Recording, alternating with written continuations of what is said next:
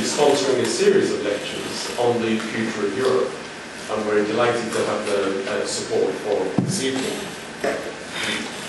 It is my pleasure to introduce our speaker this evening. Dr. Erato Kozakou-Marcoullis is the Minister of Foreign Affairs for Cyprus. Now, it's a little while since we've had an event at the school on Cyprus, and we're pleased to be rectifying that this evening. The Hellenic Observatory is making more of a focus on Cyprus these days, in the sense that we have just established a new fellowship on contemporary Cyprus, and 2 new appointees will begin this fellowship in September. And this is the Andreas Hadjianis Fellowship here in the European Institute. In parallel to that fellowship on Cyprus, I'm also pleased to mention that we will have a conference on the Cypriot economy here at the school on the 10th of February. And we're delighted that at that conference we will be welcoming our colleague and Nobel laureate, Christopher to speak at the conference. So this evening's lecture with the Foreign Minister allows us to signal our developing focus on Cyprus. Now, Dr. Kozakou-Marcoullis has been Foreign Minister of Cyprus since last August, but she has previously served as Foreign Minister in 2007 and 2008. She has had a very distinguished career, serving as ambassador in the United States, holding a position in the permanent mission to the United Nations, for example, and she has participated in truly numerous assemblies, conferences, congresses of the European Union, the United Nations, OSCE, the Commonwealth, etc., etc. Even more importantly than the distinguished career in diplomacy that she has accumulated, I'm pleased to note that the Minister was trained in political science, law, and sociology. You are therefore amongst friends, academic friends, here at the London School of Economics. It means, with a combination of her training and the longevity and variety of posts that she has held, she is extraordinarily well placed to reflect on the position of Cyprus today and its future prospects. As we all appreciate, Cypriots have had reason to often lament their geostrategic position within the region, the influence of successive great powers, identifying no particular great power in this context, has often been immense and on occasions tragic. Today, however, Cyprus is a full member of the European Union, is about to hold the Council Presidency of the European Union for the first time. And of course, we read in the newspapers with much interest the discovery of fossil fuels in the shores around Cyprus. All of this suggests some exciting new economic opportunities for Cyprus. It seems, therefore, that there could not be a more opportune time for us to reflect on the position of Cyprus today and its future prospects. As is normal in these occasions, after the Minister has given her lecture, we will open it up to questions and answers from the audience. There will be plenty of time for you to ask your questions. And then, immediately after the lecture, right outside this particular theatre, there will be an open reception for everyone to join us for informal discussions. But before that, can you please join me in giving a very warm welcome to the Foreign Minister of Cyprus, Dr. Kozakou-Marcoullis.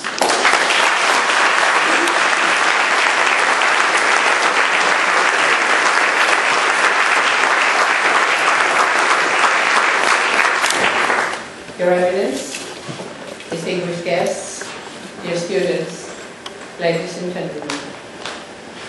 It is a great pleasure for me to be here this evening, and I I would like to thank wholeheartedly the London School of Economics and Political Sciences, which in its nearly 120 years of existence has advocated and worked for the betterment of society, reaching out with a global agenda and having achieved an outstanding reputation that has produced so far 16 Nobel laureates.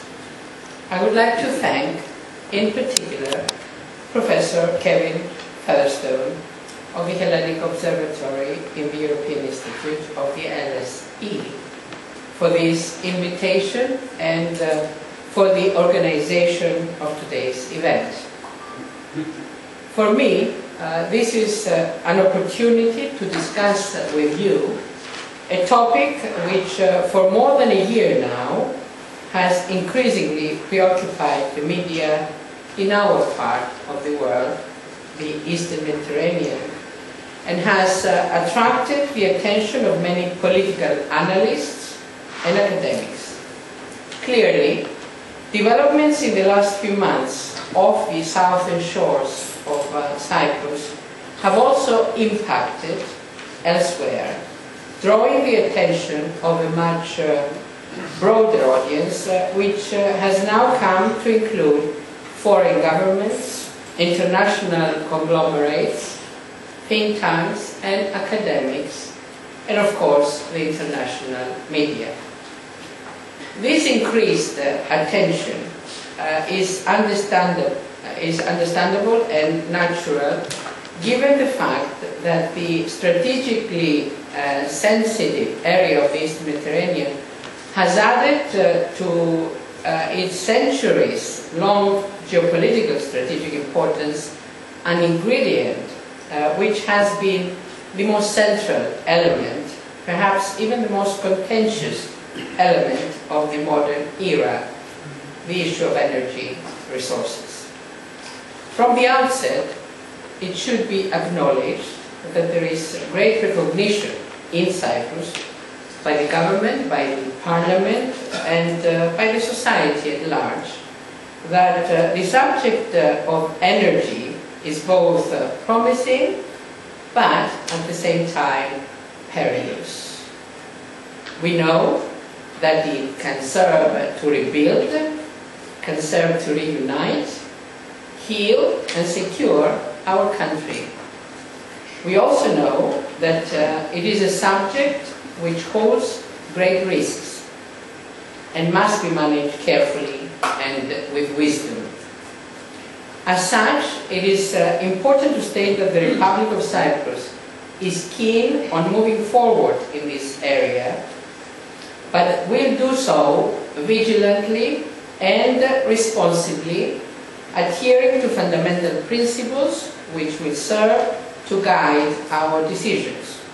These principles are, in no particular order of importance, because we consider them of equal importance: that our actions will be in line with international law, that we will proceed through agreement and collaboration with those of our neighbors willing to engage in a dialogue with us on the basis of the principles of international law, that we will act within the parameters set by the European Union acquis, and, of course, within our obligations to the Union as a whole and towards our citizens, all our citizens. The story of the recent developments in and around Cyprus is interlinked with its history and, most importantly, with its geostrategic importance throughout ancient and modern times. Since the early Neolithic times, some 12,000 years ago, Cyprus has been probably one of the most contested islands in the entire Mediterranean Sea, not only because of its priceless strategic location, but also because it was one of the earliest locations where copper, a crucial ingredient in bronze weaponry, was produced and traded in very large quantities. As a result, Cyprus became a wanted target for many invading powers throughout its tumultuous history. So, I believe it is important to mention in general some of the aspects of this historical burden, if I may, of the island's strategic position, because they remain pertinent to this day. The first thing one will notice when looking at a map of Cyprus and its environs is how small our country is. Yet, it is the third largest island in the Mediterranean after Sicily and Sardinia. The second is how close we are to the European mainland, to Africa and to Asia. In fact, Cyprus lies 280 kilometers to the east of the small Greek Dodecanesian island of Castellorizo and 800 kilometers from mainland Greece, 75 kilometers to the south of Turkey, 105 and 108 kilometers to the west of Syria and Lebanon, respectively, 200 kilometers to the northwest of Israel, and 380 kilometers to the north of Egypt. Anyone who remembers the history of these countries and the wider region of the Mediterranean will be able to connect the dots between empires, ancient and modern, trade routes, north-south and east-west, and conclude that Cyprus was historically an indispensable asset from a strategic point of view for great powers, real or aspiring. Assyrians, Egyptians, and Persians conquered and ruled the island until it was liberated in 333 BC by Alexander the Great. Then came the Romans, Richard the Lionheart during the Third Crusade, the Knights of Templar, the French Lusignan, the Venetians, the Ottomans. With the opening of the Suez Canal in 1869, Cyprus's strategic value became even greater. With this in mind, in 1878, Great Britain occupied and took over the administration of the island from the Ottomans. In 1914, when Turkey joined Germany's side in the First World War, the island was annexed by the British, and in 1925 it was declared a British Crown colony. Since then, Cyprus remained important for safeguarding the British strategic interests in the Middle East region. In the words of British Prime Minister Sir Anthony Eden, the British government's position in Cyprus was defined back in 1956 in one word: oil. And he explained, and I quote, "Our country's industrial life and that of Western Europe depend today and must depend for many years on oil supplies from the Middle East. If ever our oil resources were imperiled, we would be compelled to defend them. The facilities we need in Cyprus are part of that. No Cyprus, no certain facilities to protect our supply of oil. No oil. Unemployment and hunger in Britain. It is as simple as that." Unquote. The two British bases secured under the 1960 agreements by which the Republic of Cyprus was established and independence was granted still provide Great Britain with these vital facilities, which have been upgraded over the years, widened and strengthened, continuing to serve its strategic interests and to define Britain's Cyprus's policy. From a geopolitical point of view, while it is most commonplace to use the term bridge or crossroads to describe Cyprus and its position on the map, it would probably be more appropriate to describe Cyprus as sitting on the jugular vein of any empire worthy of mention. It therefore was critical to control Cyprus, or at least prevent others from controlling the island, if this critical lifeline was to be preserved.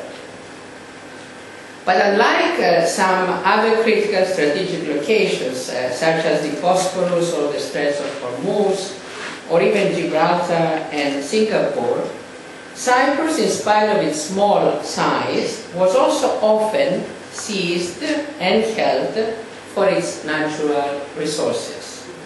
Cyprus was famous, as I mentioned earlier, in antiquity for its copper resources.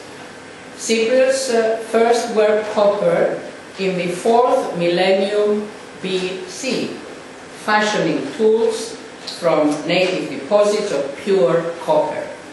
Throughout the Bronze Age, Cyprus was already well known for its rich mineral resources and the production and export of copper to neighboring countries of the Mediterranean.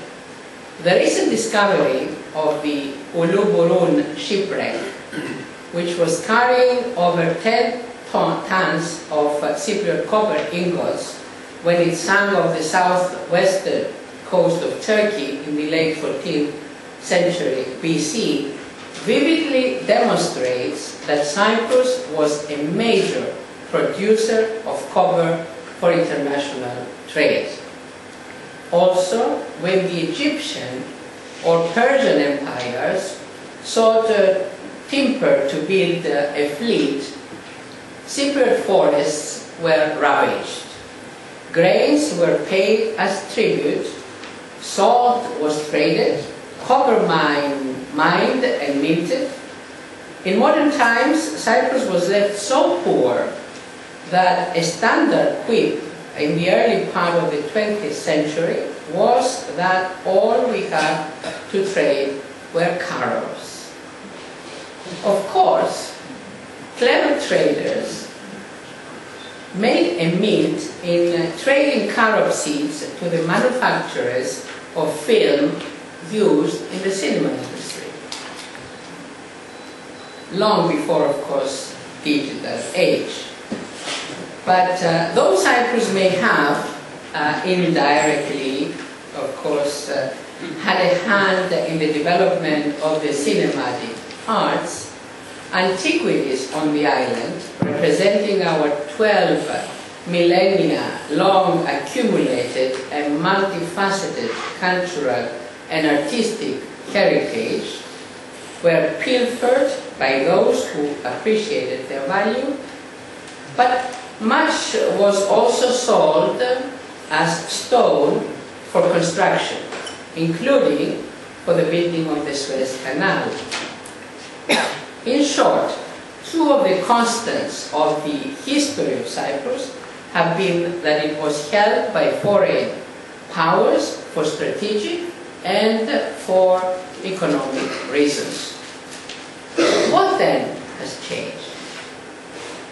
Independence in 1860 was certainly a historic milestone, but this has been marred since 1974 by the Turkish invasion and occupation of a significant portion of Cypriot territory.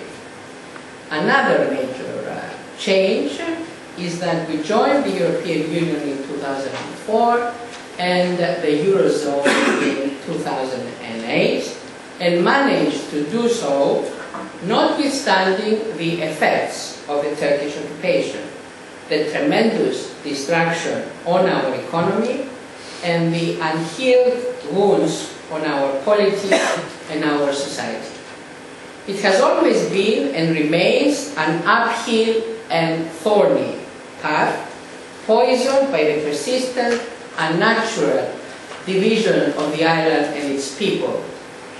But we are hopeful that better days are to come with reunification, reconciliation, and coexistence. So in terms of our political history, we have managed to move towards independence, though it has obviously not been complete, and we became part of one of the boldest and ambitious political experiments, the European Union, which can best be described as work in process. I intend to comment later on the EU, our presidency, and our attitude in Cyprus towards the Union. But at this point, suffice it to say that we view our accession and membership as a strategic development of the first magnitude.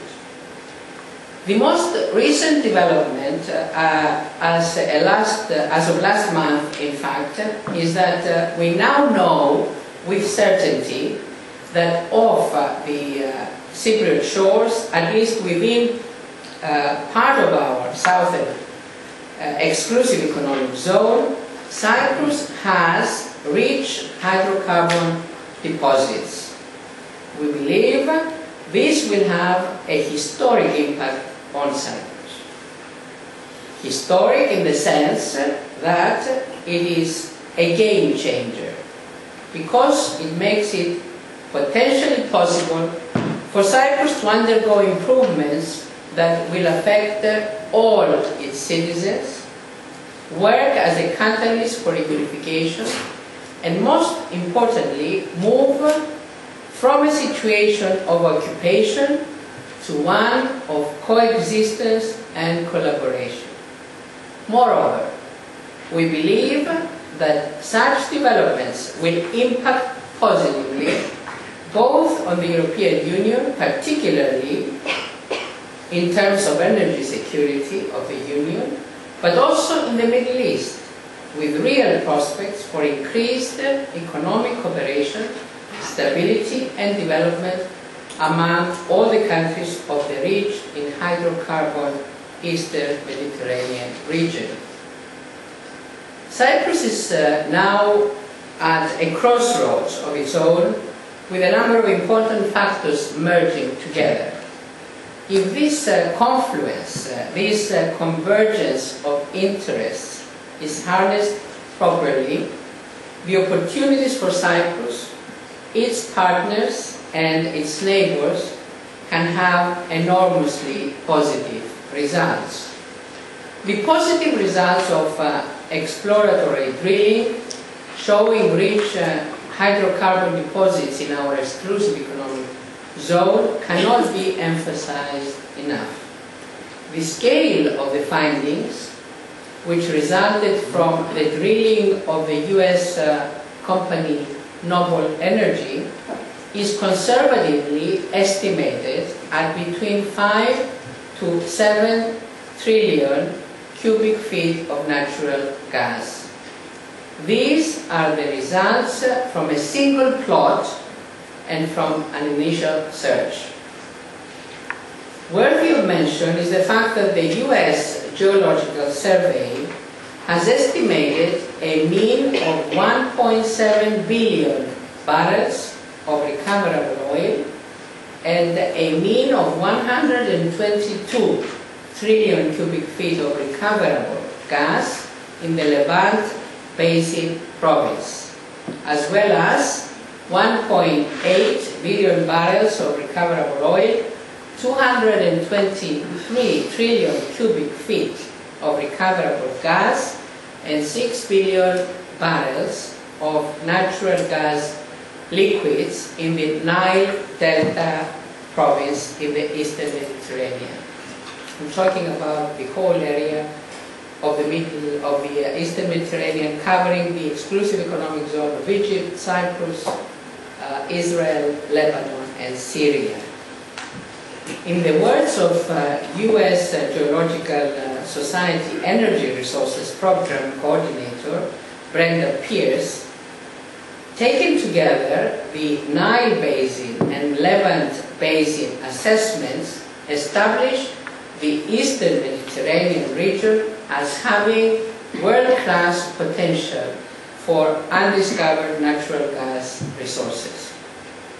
From an economic point of view, the significance of these first positive results, and I'm talking about this particular block where we had exploratory drilling, are great. Based on this, Cyprus has approximately 100 billion worth of natural gas recoverable from this single plot that can satisfy the electricity production needs of the country for 210 years.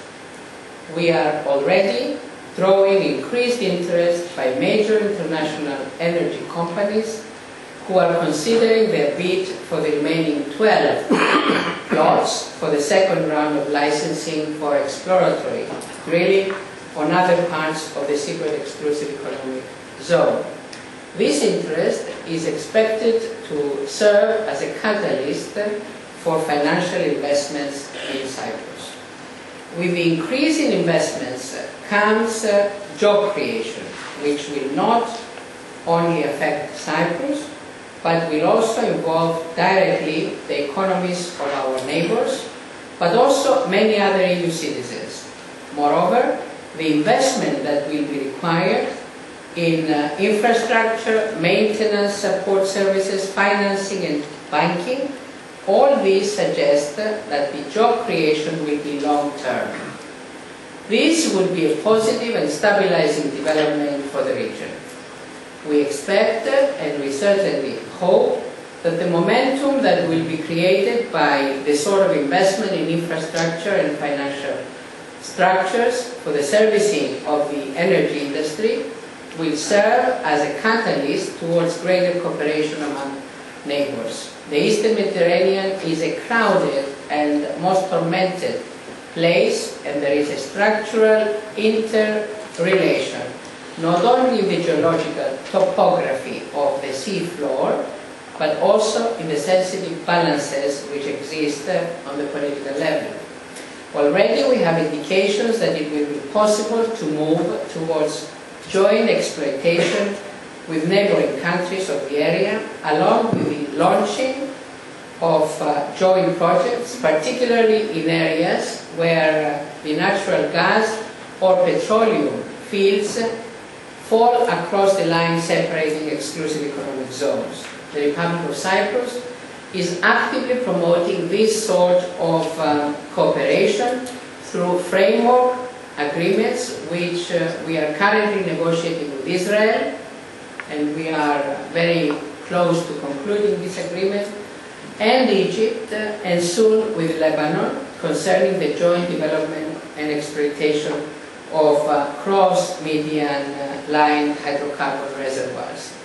We strongly hold that not only for our immediate neighbors, but most certainly for our partners in the European Union, the presence of hydrocarbon resources in the Eastern Mediterranean will contribute towards greater energy security in Europe, which is increasingly short of sources of energy.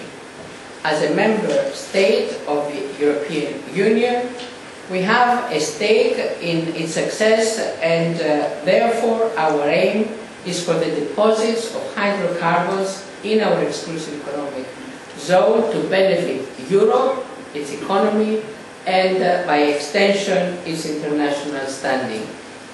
Europe is short on energy supplies, and some estimates hold that by 2030 will be importing 90% of its energy sources. Even if the 2020 goals of the European Union on renewable sources of energy are fully met, and assuming nuclear power remains an option of last resort, the need for the relatively clean power of natural gas will remain high. We are hoping that the resources in the Eastern Mediterranean, with the cooperation between Cyprus, an EU member, and its neighbors, will be able to contribute towards meeting Europe's needs. Therefore, we look forward to cooperating closely with our European partners and linking them to our partners in our immediate neighborhood and possibly beyond, in advancing towards greater energy security and, by extension, broader economic security and stability. The steps that Cyprus will have to take at this historical juncture, a moment that is both full of opportunities and challenges, will require momentous decisions and bold steps forward. This will potentially mark its course in history and reshape its strategic importance.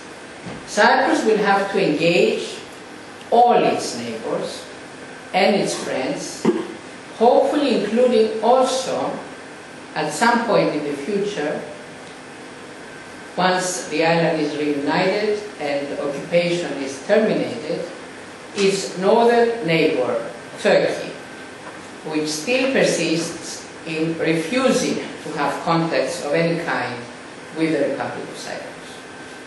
It is clear to us that Turkey, its attitude and behavior towards Cyprus, its role in the talks between the Greek and Turkish Cypriot communities, and its EU perspective are directly linked to developments in Cyprus. We are greatly disappointed, to say the least, that Ankara is not choosing to grasp this opportunity to play a more constructive and more cooperative role, but is rather continuing along its zero-sum analysis. During the past 6 months, we were dismayed to witness yet again the hostile and aggressive phase of Turkey. The start of exploratory drilling in the Cyprus Exclusive Economic Zone, something which has been planned several years in advance and which was not a secret, sparked an angry verbal assault on the part of Turkish leaders at the highest level. I would like to reiterate that what we have said many times since.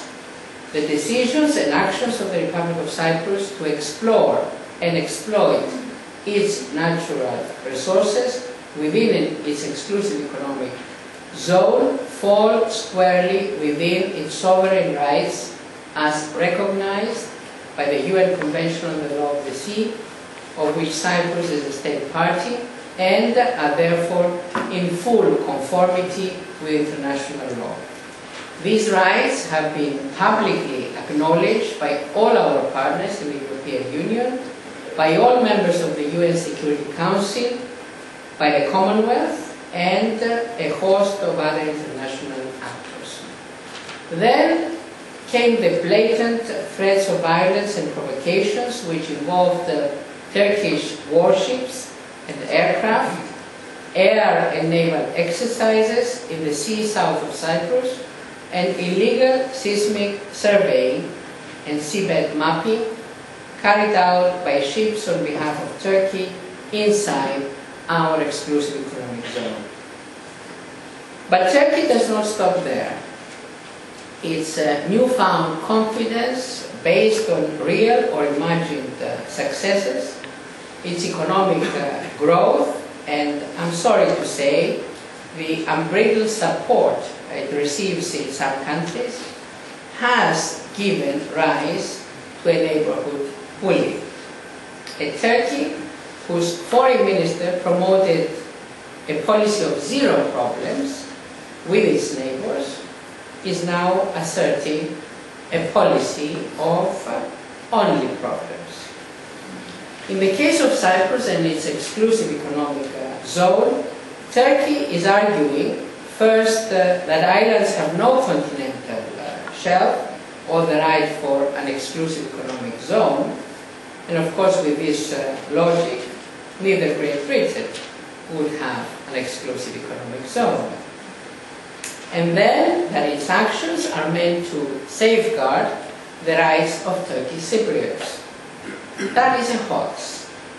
The reality is that Turkey cares less about Turkish Cypriot interests and a great deal more about its own strategic interests on the island. Its attitude and strategy towards Cyprus was to utilize real or imagined concerns of the Turkish Cypriots in order to safeguard its own interest in the Eastern Mediterranean. Its current behavior is yet another proof of the reality behind this long-term program. Take, for example, the claims that Turkey is making for an EEZ of its own that in some areas on the map borders on the EEZ of Egypt, as if Cyprus does not even exist. It would be no exaggeration to say that Turkey is not just violating international law. It is behaving in line with the rules of international relations which belong to another era, to another century, long before international law was put in place to guide relations between states. When we decided to seek and work towards accession of Cyprus to the European Union in the late 1990s, our aim was to create conditions on the island which would be seen by the Turkish Cypriots as an expression of our genuine desire to reunify our country in a democratic, peaceful and prosperous state which respects and safeguards the right. On the same basis, our support for Turkey's European aspirations were equally driven by the belief that a Turkey which is harmonized with European rules and norms, which respects human rights, is democratic and abides by international law in its conduct, and thus fully transformed Turkey can only benefit Cyprus. We are, after all, destined to live in this very close geographical proximity from each other in perpetuity. We are therefore deeply disappointed when we see Turkey failing to progress along its European path. We are disturbed to see Turkey foiling stubbornly its own accession process. The negotiation process is not progressing. In fact, it has remained frozen because Turkey is failing to meet its commitments to the European Union. It is failing because, like in international law, Turkey wants to dictate its own terms to the European Union. The statements by its leadership have left no question that they believe that Europe needs Turkey at any cost. That Europe without Turkey is a miserable Europe, as President Abdullah Gül recently said during his recent visit in Britain.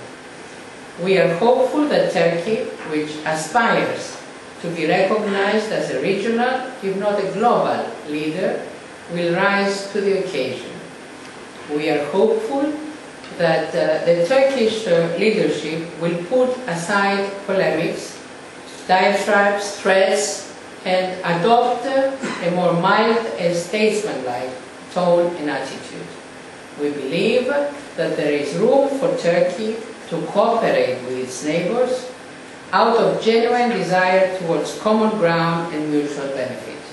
To do that, Turkey must meet its obligations vis-à-vis the European Union. It must meet its obligations in terms of international law. Finally, let me conclude by saying a few words about the long-standing Cyprus problem. which has produced so much suffering to the people of Cyprus as a whole. A Cyprus settlement for the reunification of Cyprus, its people, its economy, its society, that have remained forcibly divided since the Turkish invasion of 1974 and the subsequent occupation of 37% of its territory, has eluded us for over 37 years. I shall not go into any detail on the exact form of such a settlement, except to reiterate the framework that has already been endorsed by the United Nations. A Cyprus settlement must be based on a state of Cyprus with a single sovereignty and international personality and a single citizenship, with its independence and territorial integrity safeguarded, and comprising two politically equal communities as defined in the relevant Security Council resolutions, in a bicommunal and bizonal federation, and that such a settlement must exclude union in whole or in part with any other country or any form of partition or secession. This is the exact quotation from a number of Security Council resolutions that have been adopted over the years. Certainly this is a very general framework, and there are many pieces that have to be put together and agreed upon in order to reach a workable, comprehensive settlement. Such a settlement should encompass all legal and other instruments and other agreements required to arrive at a functioning federation which would guarantee a secure, peaceful and prosperous environment for all the people of Cyprus, of all creeds, ethnic backgrounds and language groups. What is needed is political will to engage in a productive and substantive negotiation that would identify the required elements on all core issues and put them together as part of a fair and viable federal solution. Although a new effort has started already more than 3 years ago, and more than 130 direct meetings have taken place so far between the two leaders under the auspices of the UN Secretary General, we are still not near making any substantive progress on the most crucial issues of the executive powers in the governance chapter, as well as in the property, territory and citizenship chapters. The main stumbling block has all along been the position maintained by the Turkish Cypriot side, fully supported by the Turkish government, that the goal should not be a federation in the form of one unbreakable federal state with a single sovereignty, single international personality and single citizenship, as has been agreed and endorsed by the international community, but a confederate arrangement between two separate states with separate sovereignties. This position is still maintained by the Turkish side, and it is manifested in the nature and content of the proposals submitted on a number of the core issues, with the full encouragement, support and indeed guidance of the entire leadership of the Turkish Republic at both the political and the military levels. Despite the difficulties and obstacles on the way, we continue to persist in our efforts to reunify our country, to reunify our people, our economy, our institutions and our society in the form of a bizonal, bicommunal federation. We shall continue to spare no effort towards the direction of Cyprus's reunification, because we strongly hope that such a development would be a win-win situation for all parties concerned, primarily for Cyprus, and the Cypriots, Greek and Turkish Cypriots alike, for Greece and Turkey, for the European Union, and for the international community at large. We are determined to make this vision, however difficult and elusive it seems right now, a reality. We owe its fulfillment to our children and to the future generations of Cypriots. But primarily, we owe it to our country, which must survive as a single international personality, a peaceful, democratic, and prosperous place for all its citizens, Greek, Turkish, Armenian, Maronite, and Latin Cypriots alike, and as an integral part of the European Union. Especially taking into account the developments from the hydrocarbon discoveries in Cyprus's Exclusive Economic Zone, the prospects for prosperity for all Cypriots once reunification is achieved appear tremendous and should work as a catalyst in the direction of moving the ongoing intercommunal talks forward towards reaching an agreement. We sincerely hope that Turkey, which could significantly benefit from a likely cooperation with the reunited Cyprus in all sectors, but primarily in the energy field, will grasp the message of peace, stability, and prosperity inherent in this new development and rise to the required level of leadership, responsibility, and wisdom. Even at a much broader scale, the whole area of the Eastern Mediterranean has the potential of developing into a success story, into a win-win situation for the benefit of peace, stability, and prosperity of the countries of the region and their respective peoples. Cyprus will be assuming the presidency of the Council of the European Union on 1st of July 2012. We do hope that Turkey, which has been openly threatening the EU with freezing its relations with the Union during the Cypriot presidency, will realize that this bullying, threatening, and insulting behavior towards the European Union, towards its member states, and towards its institutions on the part of the candidate countries is not at all supportive. Rather, it could be detrimental to its EU accession process. If, on the other hand, Turkey chooses to change her attitude, implement her obligations, and cooperate with the Union based on the rules of the game and her responsibilities as a candidate country, the door will remain open throughout our presidency and beyond. I find it pertinent to conclude with a quotation from another British Prime Minister, William Ewart Gladstone, when he said, "We look forward to the time when the power of love will replace the love of power.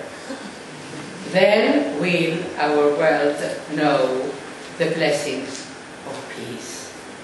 His wise words are as valid in the 21st century as they were valid in the 19th century. Thank you very much.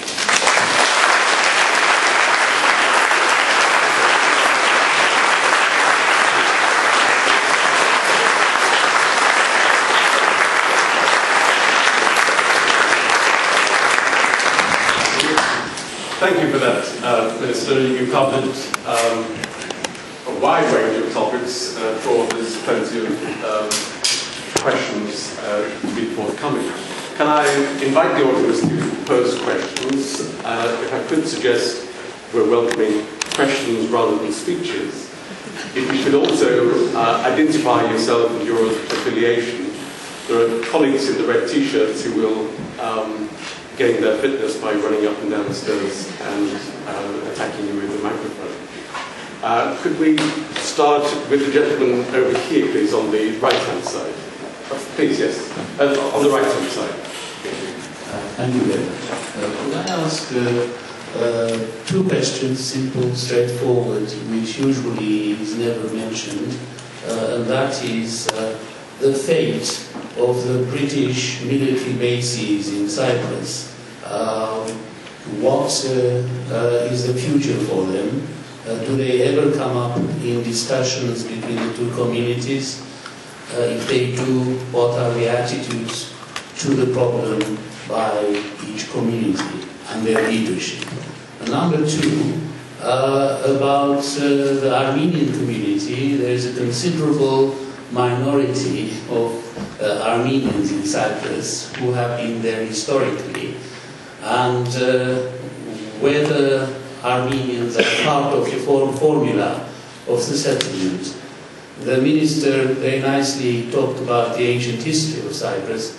Could I just add an addendum that actually, in fact, the whole Cyprus question was invented by the British Empire precisely to scupper the mention of the Armenian question when Sultan Hamid sort of massacred the Armenians, and Britain, as a Christian nation, protested and sort of pretended to protect the Armenians. The Sultan gave Cyprus to the Israeli precisely to scupper the international stir about the question. So in view of this, I would be grateful if she could enlighten the situation about it. Thank you very much. Okay, thank you. Let's take another question. The gentleman up here, please.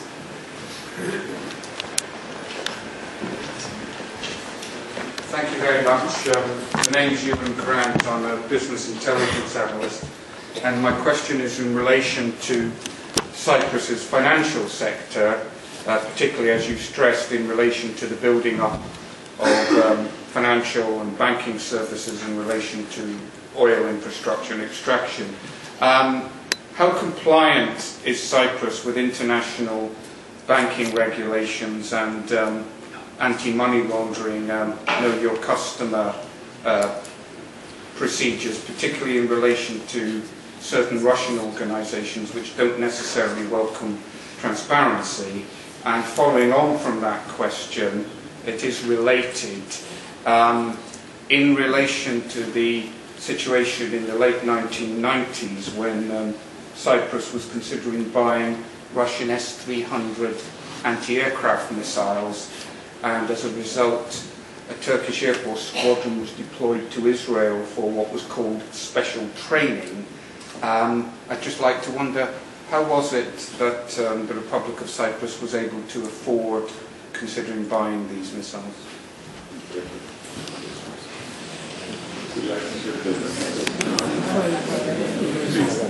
Okay, let me start with the first question regarding the British military bases. This is not on the agenda of the communities, as you probably know. This is not on the agenda. Of course, there are a number of political forces in Cyprus that are debating this, and from time to time it comes in the media.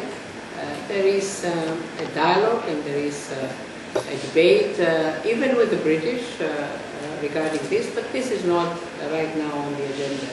We have the very critical issue of the reunification of Cyprus. We have the very critical issue of the presence of the Turkish forces and the division of the island, so this is our primary objective at this particular point. Now, regarding the Armenian community, of course, this is a very precious and valuable part of our population with a very long and painful history in its past. the Armenian community, along with the Maronite and the Latin community, they are a part of the Greek Cypriot community. So in 1960, they had a choice to be included either in the one or the other community, and the Armenian community and the other communities, the religious groups, they chose to be a part of the Greek Cypriot community. So in all these, there is, of course, the interests of the other language groups are taken, and religious groups are taken into account during the negotiations. Now, on the financial sector, let me say that, of course, as a member state of the European Union, our financial banking sector and generally the financial sector is fully transparent. There were some problems 20 years ago, and in fact I was ambassador of Cyprus in Washington when there was some questioning of money laundering and so on. But since, of course, we became part of the European Union, all this is transparent, and never there was any problem or raising of any problem on the part of any of the international financial organizations that are following these developments in every single country. So our system is very transparent. Regarding Russian money, of course there are Russian money everywhere in the world, including Great Britain. So, I mean, if you can tell me that there are any problems here, especially Britain, but also in the United States, there's a lot of Russian money and Chinese money and other money from So regarding the S-300, I was not in government at the time. It was a decision at the time to purchase this system, and I cannot comment as far as the financing of this is concerned. Of course, we have a budget, and a part of this budget was devoted to the purchasing of this system. Thank you. Could we take the gentleman just here? Madam Minister, Kyriakos Chouberas, Cypriot journalist. Madam Minister, in view of the difficulties for so many years and actually the separation between the two communities, how confident are you for reconciliation and effective cooperation in the event of a solution? Thank you. The gentleman here, please.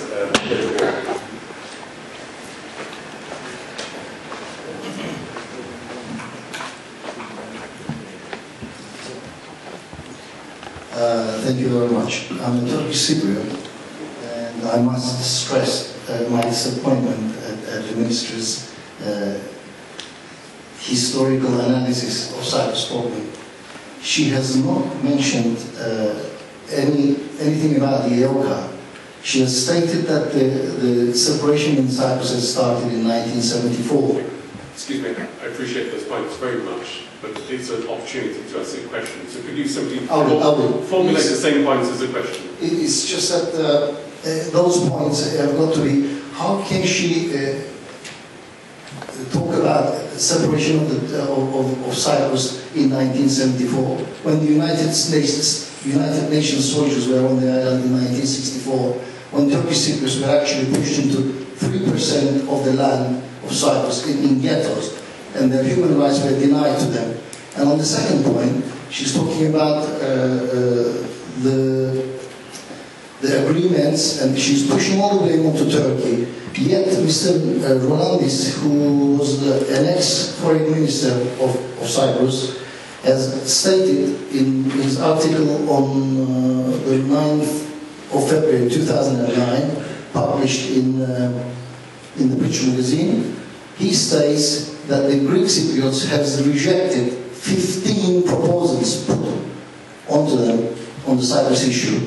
These are 1948 Consultative Assembly, rejected it. Okay, I can go through them, but I would like her to point out how she can try and blame another side when the Greek Cypriots are actually refusing.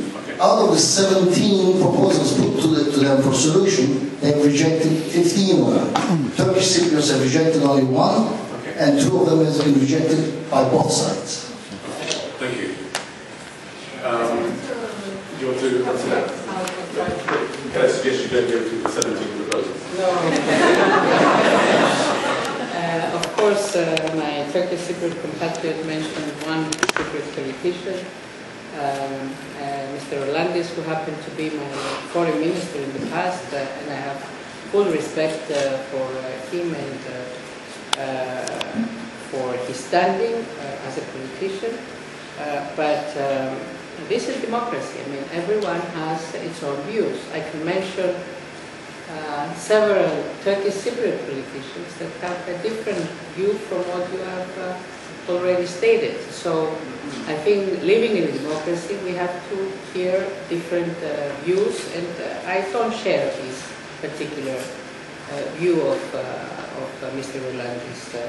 But this was not the point of my speech, and I hear you disappointed, your disappointment at the historical analysis, but this was not the intention of my speech. If you have even read the title of my speech, there's no mention of the Cyprus problem. I mentioned the Cyprus problem because I feel an obligation to do that. I cannot come to such an audience without mentioning the Cyprus problem, which is there. It's a very painful reality that we are going through.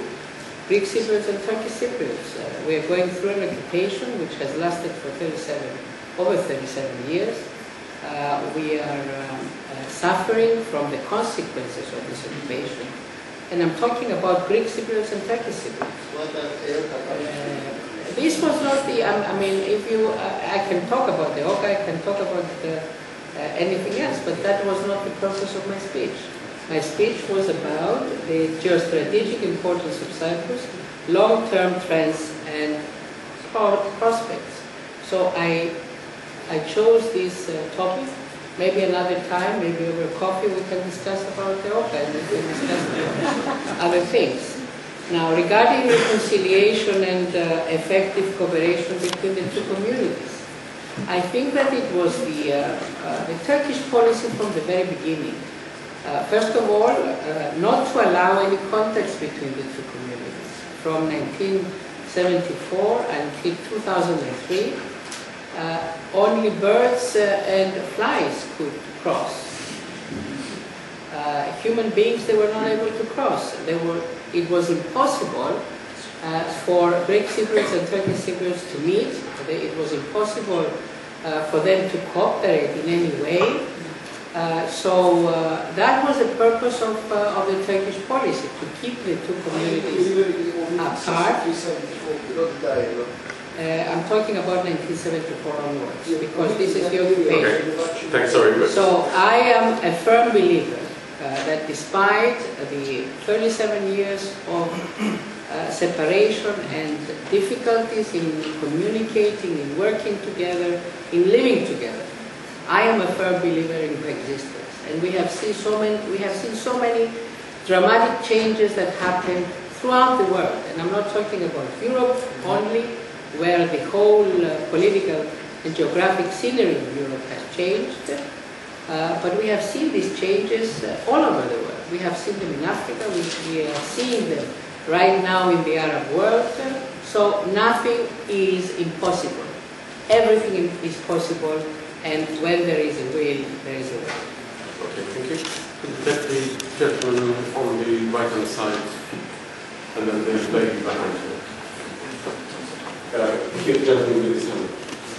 Thank you, Adele Amazing student at Summit. I was just hoping Dr. Erato could share Cyprus's standpoints on the goings-on in neighbouring Syria and the rest of the region. Thank you. And then there's a lady behind. I'm a postgraduate student here at the LSE, and my question is, what are the implications of the discovery of natural resources now in Cyprus to the solution of the Cyprus problem, and whether there have been any demands and claims from the Turkish Cypriots put on the negotiation table now on the issue? Thank you very much. And big gentleman here. Last. My name is Ferdi. I'm a Turkish Cypriot myself as well. And you're quite right when you said that all Turkish Cypriots do not share the same views on the Cyprus situation.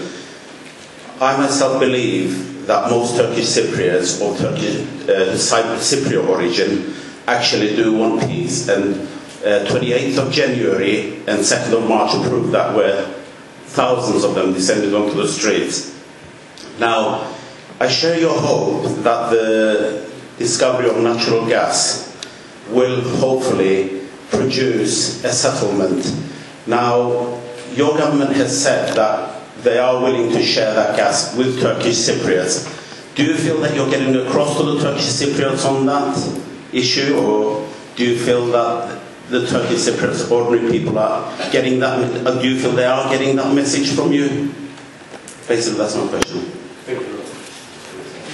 I'll start with the last question because regarding natural gas and regarding sharing with the Turkish Cypriots, I think President Christofias from the highest possible level, from the podium of the General Assembly, he sent a very strong message to the Turkish Cypriots.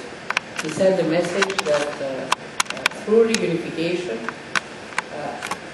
the two communities will be able to share this incredible wealth that we have discovered in our exclusive economic zone. And this is a message of peace, this is a message of prosperity, and I do hope that the Turkish Cypriots will receive this message loud and clear. And I think that from what, at least from the contacts I have, there is a lot of interest in the Turkish Cypriot community. Of course, we have to acknowledge that the Turkish Cypriots are and remain under the overwhelming military, economic and political control of Turkey. So I do hope that the Turkish Cypriots, who are now a minority in the occupied area, to the point that it seems that the estimates we have of the Turkish settlers is around 300,000, even more. Some Turkish Cypriot friends are telling me that there are 500,000 Turks from the mainland. I don't know. This is not, I mean, there has not been a proper census under the aegis of the United Nations, as we have suggested, to ascertain the exact number. So we do hope that the Turkish Cypriots will receive this message. Now, during the negotiations, and I come to the second question, during the negotiations, so far there has been agreement, and this agreement has not been challenged by either side. There has been an agreement that the responsibility for the natural resources will rest in the federal government. So it will be at the federal level.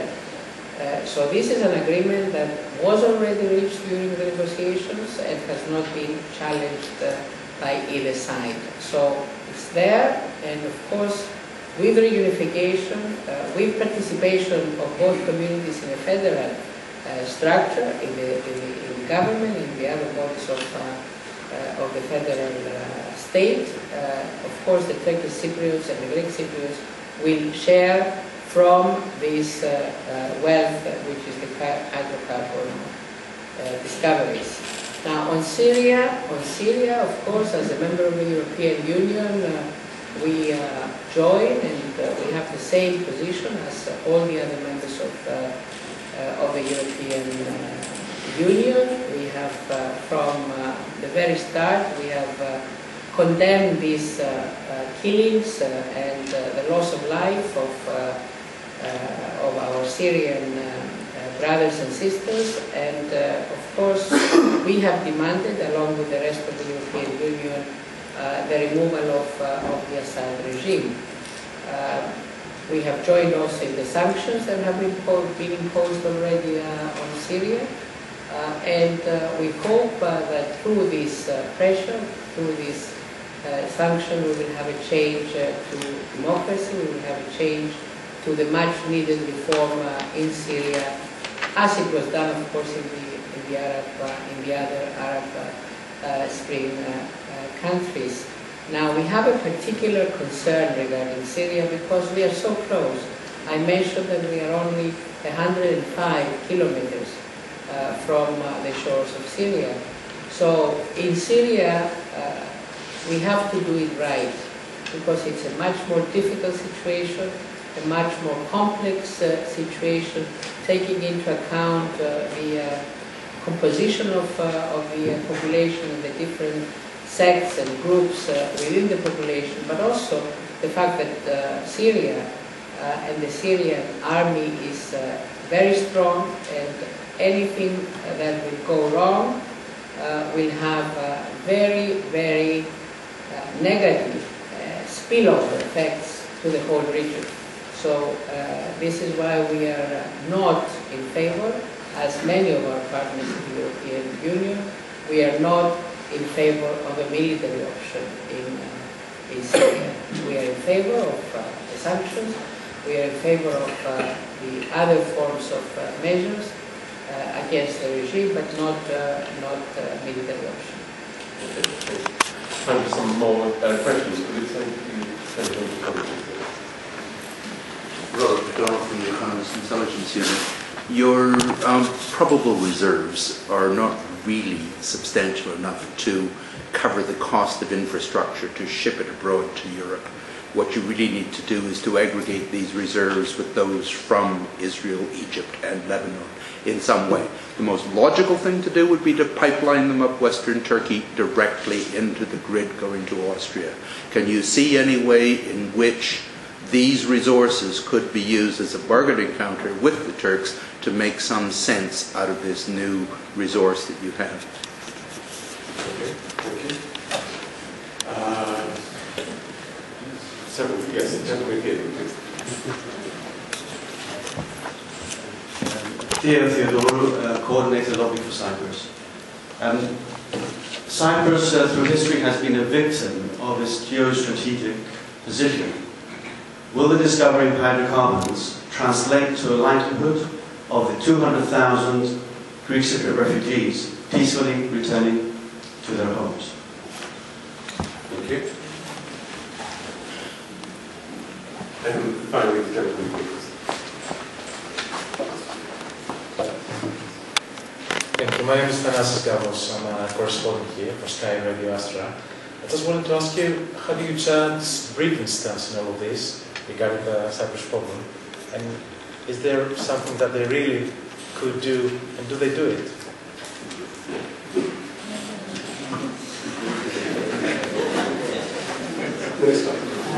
Okay, I'll start with the first one. We are in the process right now because of this initial assessment. It's not the final assessment because more drilling needs to be done in that particular plot in order to ascertain not only the actual quantity but also the quality and ways how to extract it. So we are at the very initial stages, and of course we have established already a committee, which is a committee of experts. We are not experts, we haven't had this experience before, so we have sought the assistance of experts from different parts of the world, ranging from Norway, that have been already exploiting natural gas and oil for years, but also from other countries. It's a committee of wise men, as they call it, but there is a woman also that And of course they will be advising the government how to go about. Pipeline is one option. Understand that I'm not an expert, so I'm not going to pretend that I'm an expert. But there are other options. There is the liquefaction,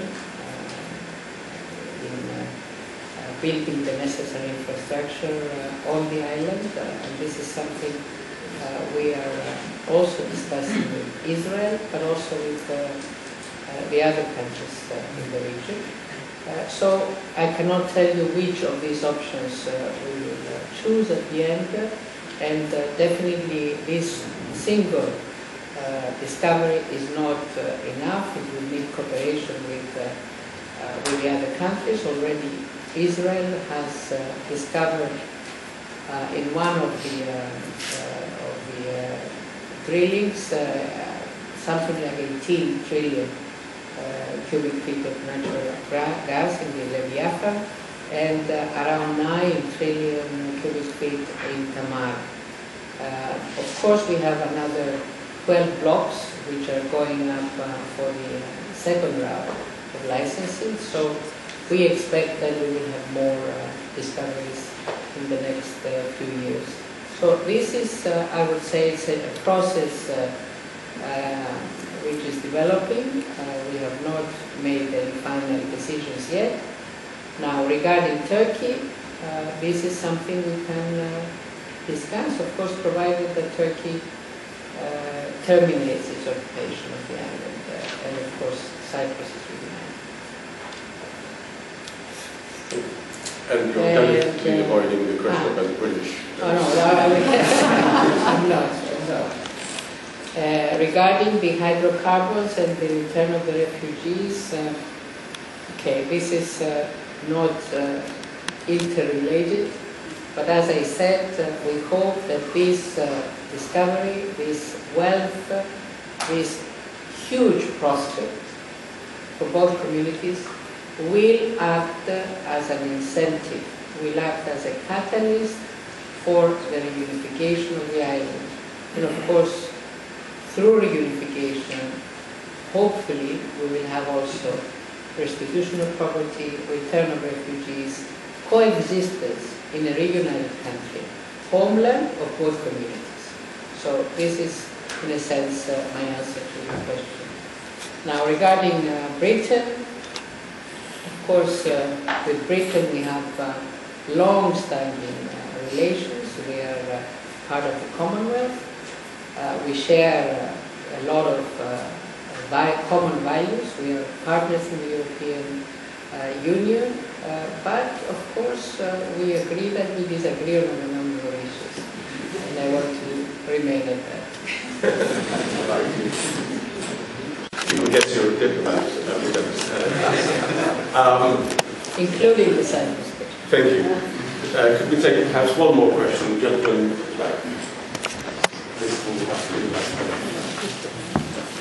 Jason here, George, Global Coordinator at NIBOMAC.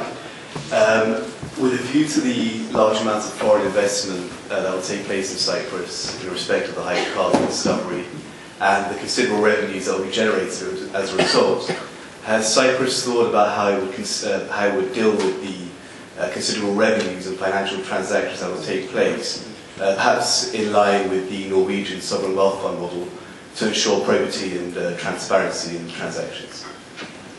Well, in fact, this is a model that we are examining. Definitely, the sovereign wealth funds that are being established in hydrocarbons producing countries is very important, because we need to ensure that this wealth is secured for the future generations. So the model of Norway is one. There is another model of Qatar, but I think that the model of Norway is one of the best models, and it has already had very good results in generating more income from this wealth. But this is something that, of course, we will be examining at the right time. let me tell you that from now until we have this revenue, it will take approximately 8 years. So we still have plenty of time to prepare for this. And of course, there is plenty of time to solve the circumstances. Okay.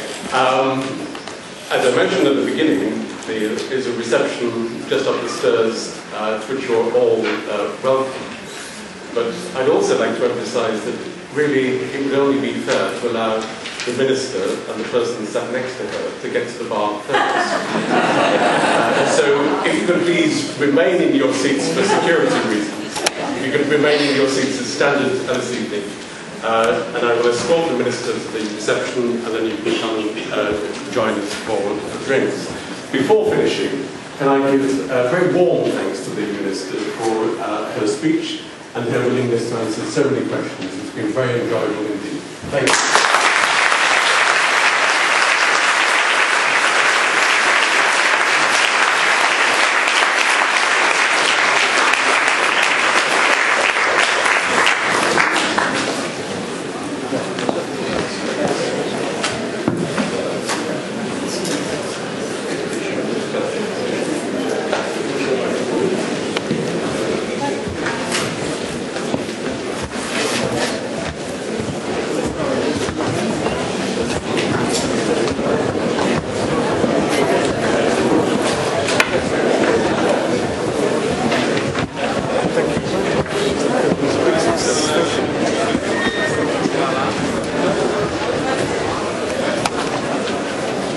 Outside the usual thing.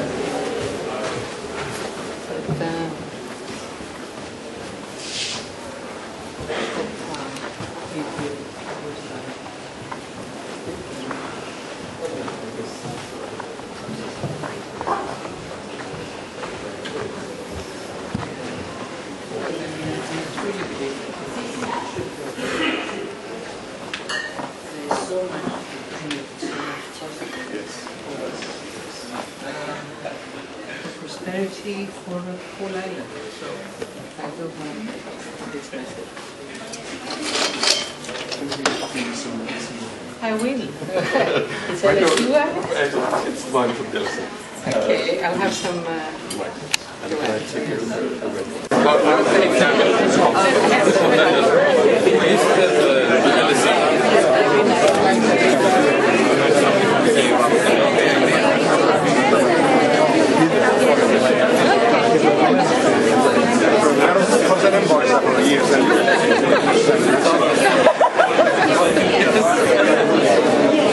How is that going with our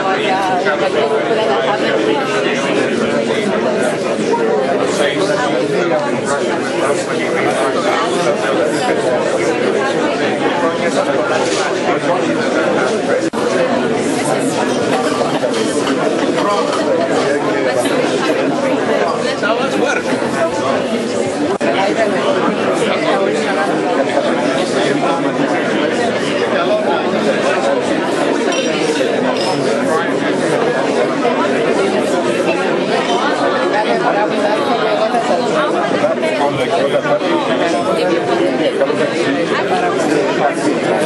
Para